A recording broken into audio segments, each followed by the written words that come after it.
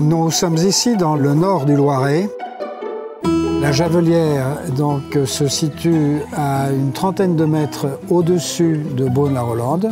Le javelier ou la javelière étaient ces paysans qui mettaient le blé en javel, ou ici probablement les sarments de vigne en javel, puisqu'en fait cette propriété était une propriété viticole.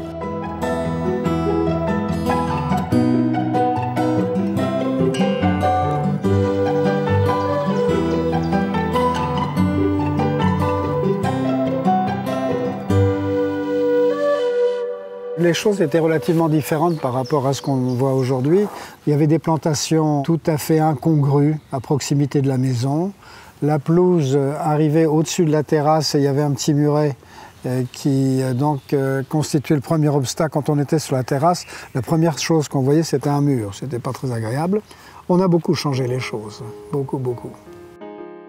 Au début, je dois vous dire qu'on a commencé, la première chose qu'on a faite, c'est de faire des erreurs. Parce qu'on n'avait pas beaucoup d'expérience de l'aménagement d'un jardin. Et nous avons commencé à aller visiter des jardins en Angleterre d'abord, puis en Belgique, en Hollande, en Allemagne, on en a vu beaucoup, et en France bien entendu. Et petit à petit, notre goût s'est formé, notre œil s'est fait. Et j'ai commencé à concevoir un plan d'aménagement du jardin parce que je ne voulais pas de paysagiste, je voulais faire un jardin personnel. Donc la première chose qu'on a faite, c'est une roseraie.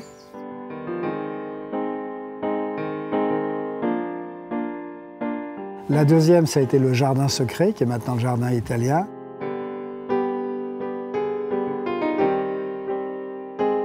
Et puis petit à petit, secteur par secteur, comme ça dans le parc, j'ai structuré et aménagé. Donc là, c'est la première impression qu'on a quand on arrive ici. Donc une roseraie que j'ai dessinée et réalisée il y a une douzaine d'années. Et ici, le principe que je cherchais pour la roseraie, c'est d'avoir une floraison très abondante, fanant élégamment, résistante aux maladies, puisque là, il y a 450 rosiers à peu près dans la roseraie, donc il ne fallait pas qu'il se repasse des maladies des rosiers. J'ai choisi dans la roseraie des rosiers primés dans les grands concours. On est resté uniquement dans des tons roses et blancs ou très légèrement violacés. Nous étions, je crois, prédestinés à nous intéresser et à planter des roses ici. Le rosier est une plante qui a des racines très profondes. Et ici, on a un sous-sol argileux, bien plus favorable à la culture de la rose qu'un sol rocailleux ou qu'un sol sableux. Donc on a planté diverses choses et on a vu que, d'une part, les rosiers fonctionnaient bien. Et on était très encouragés, très stimulés par la présence de pépiniéristes. Donc c'est parti de là. La statue qui est là-bas est l'œuvre d'une femme sculpteur d'origine italienne, qui s'appelle Yolanda Baggio. On est immergé dans un océan de fleurs. Et ici, on se noie carrément dans les roses. Vous voyez, quand on est là, on est vraiment... Ah. Il faudrait respirer avec un tuba. Alors regardez, là, il y a une chose amusante. On trouve ça parfois sur les fleurs. C'est deux variétés d'une même famille de rosiers qui s'appelle Grotendorst. Celui-ci s'appelle White, blanc, mais de temps en temps, il a un petit retour de rose. Alors que le rose n'a jamais de petit retour de blanc. Probablement le gène qui l'amène à avoir de la couleur est plus puissant que le gène qui l'a amené à rester blanc. Ce qui est agréable dans un jardin de surface limitée, c'est d'avoir l'impression que c'est beaucoup plus grand que ça ne l'est, en créant dans des cheminements sinueux autant d'ambiances différentes qui vont se succéder les unes aux autres, plutôt que d'avoir une vision complète, globale de tout le jardin en un seul coup, qui vous amène à dire c'est peut-être pas la peine d'aller jusqu'au bout puisqu'on a tout vu. Alors qu'ici, vous pouvez toujours vous dire je vais aller voir plus loin. Depuis 20 ans, on coupe des arbres. Nous avions établi un principe avec mon épouse. Tu peux couper tout ce que tu plantes, mais tu ne coupes rien de ce qui existait avant notre achat sans que nous soyons tous les deux d'accord. Et en fait, nos yeux finissent par voir de façon tellement évidente ce qu'il faut faire que depuis 3 ou 4 ans, je dois dire que ma femme suit presque toutes mes recommandations. Si je devais compter le nombre d'arbres qu'on a coupés, c'est peut-être 200, vous voyez, donc c'est un chiffre vraiment important. Tous les ans, au mois d'août, je parcours tout le jardin avec un bloc-notes à la main et je note ce qu'il faut faire pour l'année suivante, non seulement en plantation, mais en déplantation également. Ce qu'il faut enlever pour que la lumière continue de rentrer dans le jardin. Et je crois que c'est un des ingrédients de la réussite de ce jardin, c'est le fait qu'il y ait beaucoup d'ombre, mais aussi beaucoup de lumière. L'étang a été réalisé en 1994. Donc toutes les plantations qu'on va voir maintenant datent de 1994 et des années suivantes. Pas ce bouquet de chênes évidemment, mais tout le reste presque oui.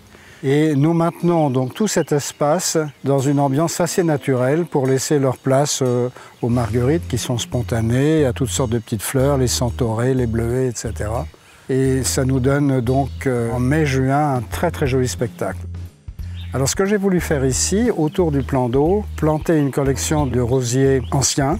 Il y a aussi quelques rosiers horticoles modernes pour avoir quand même des floraisons en plein été, agrémentés d'un certain nombre de, je dirais pas de grande rareté, mais d'arbres qu'on voit quand même un peu moins souvent. Alors il y a certains rosiers que je trouve admirables, comme celui-ci par exemple, qui est d'une blancheur magnifique et très lumineux. C'est Saint-Galmier, je connais le nom de tous les rosiers. L'étang est un lieu très attractif pour tout le monde animal. Voilà, alors ça c'est un rosier qui est un hybride de rosier botanique et c'est le type même de rose que j'apprécie particulièrement. Donc des roses simples à 5 pétales sont des églantines si on veut, mais des grandes églantines et plus colorées.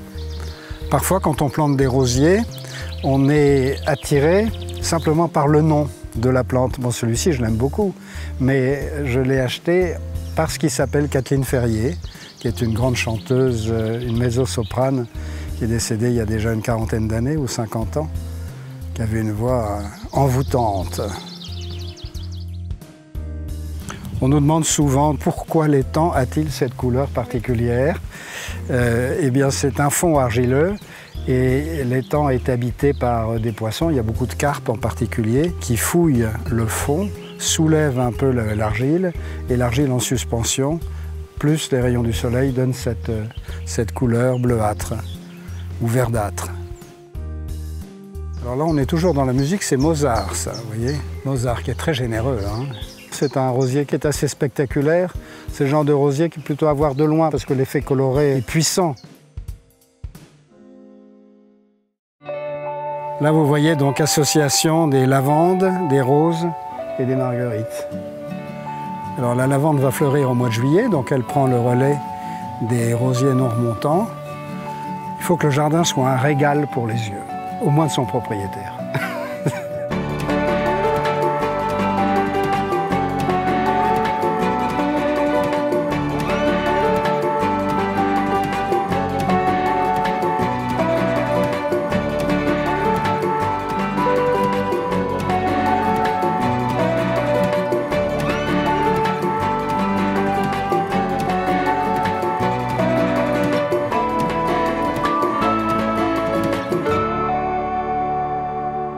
Je tiens tous mes inventaires sur informatique. Donc je peux vous dire avec toute certitude aujourd'hui qu'il y a 854 rosiers horticoles et 360, je crois, rosiers dits botaniques. Donc ça fait environ 1200 pieds de rosiers. Et en termes de variété, on doit être entre 900 et 1000. Depuis que nous sommes labellisés collection CCVS, et grâce à ce label, je dois dire que je suis très reconnaissant d'ailleurs au CCVS pour cela, on a pu obtenir des greffons de grandes collections. Et l'année dernière, nous avons obtenu le label de collection nationale. Donc nous sommes une des 2 collections nationales de rosiers sauvages en France. Ça, c'est un rosier chinois, il s'appelle Rosa multibracteata. La floraison commence, vous voyez, on a quand même encore beaucoup de boutons là. Et la floraison sera suivie d'une fructification très très abondante, de jolis petits fruits en forme de gourde. Regardez, ça c'est joli ça. Il s'appelle Sericea pteracantha ou Omeiensis pteracantha. Le nom dépend du nombre de folioles. C'est un rosier qui est originaire de Chine, qui a été découvert par Ernest Wilson. Et la caractéristique de ce rosier est d'avoir des aiguillons étalés, vous voyez, en forme d'aile en quelque sorte, et translucide sur les branches de l'année. Et on l'a placé exprès, isolé, pour l'avoir toujours à contre-jour. Et pour garder cet effet de transparence, on est obligé de le tailler. Celui-là, je le taille alors qu'on évite de tailler les autres pour avoir toujours des jeunes pousses à portée d'œil. Il s'allume, hein, on a vraiment l'impression que c'est un petit bout de vitrail, rubis. Lui porte le nom d'un missionnaire français qui est le Père Soulier, qui est parti au Tibet pour aller évangéliser les Tibétains à la fin du 19e siècle. Et il a découvert des plantes qu'il envoyait à Maurice de Vilmorin. Donc Maurice de Vilmorin a reçu cette espèce de rosier, c'est une espèce, et l'a baptisée du nom du Père Soulier, Rosa souliana. Et le pauvre Père Soulier a été exécuté par des Tibétains révoltés dans les années 1903-1904. Il y a une jolie floraison, blanc ivoire, mais surtout une autre caractéristique que vous verrez là, c'est cette couleur exceptionnelle du jeune bois, vous voyez, qui est d'un vert bleuté très marqué. Nous avons ici donc un jardinier à plein temps, qui est Christophe Simon, un jardinier à 4/5 de temps, qui est M. Buisson. Ma femme intervient également pour cueillir les fleurs fanées. Et la personne qui assure l'accueil, qui s'appelle Lynn-Laure, fait ça aussi, désherbage et cueillette des fleurs fanées. Plus moi-même, et si je fais le total de tout ça, ça fait 3 personnes pratiquement à plein temps. Nous avons eu beaucoup de chance de trouver en Christophe quelqu'un qui partageait nos idées. C'est un très bon mécanicien, c'est un bon bricoleur, c'est un bon maçon et c'est un bon jardinier. Il a un sens de l'esthétique qui lui fait comprendre tout à fait ce que nous avons cherché. Quand on parle du jardin, on dit « nous » maintenant, c'est lui et moi. Là, je veux dire à sa structure définitive, certainement. On est dans cette période bénie, qui est la période la plus exaltante, où ce que vous avez planté commence à se rejoindre, à se toucher, et le schéma commence à prendre bonne figure. Donc je ne vais plus rien révolutionner. Et ça tombe bien d'ailleurs, parce que bon, les années ont passé, donc je suis un tout petit peu moins jeune qu'il y a 20 ans. Et maintenant, donc, je me consacre au perfectionnement, à l'élimination des plantes qui n'ont pas leur place, à l'amélioration, à la recherche du petit détail qui améliore le tout.